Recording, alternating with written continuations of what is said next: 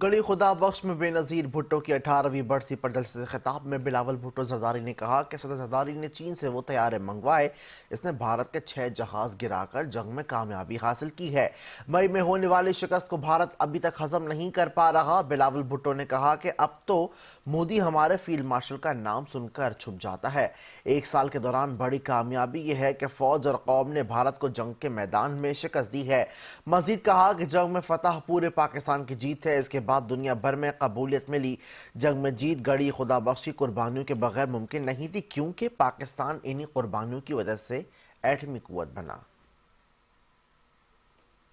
हमारा एयरफोर्स ने, हमारा नेवी ने, पाकिस्तान बहैसियत कौम ने भारत को शिकस्त दिलवाया जंग के मैदान में। और ये जीत यकीनन पूरे पाकिस्तान की जीत है, पाकिस्तान की आवाम की जीत है।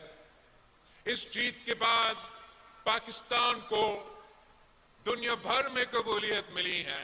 पाकिस्तान को वो मिसाइल टेक्नोलॉजी मिली जिससे हम अपना दिफा कर सके।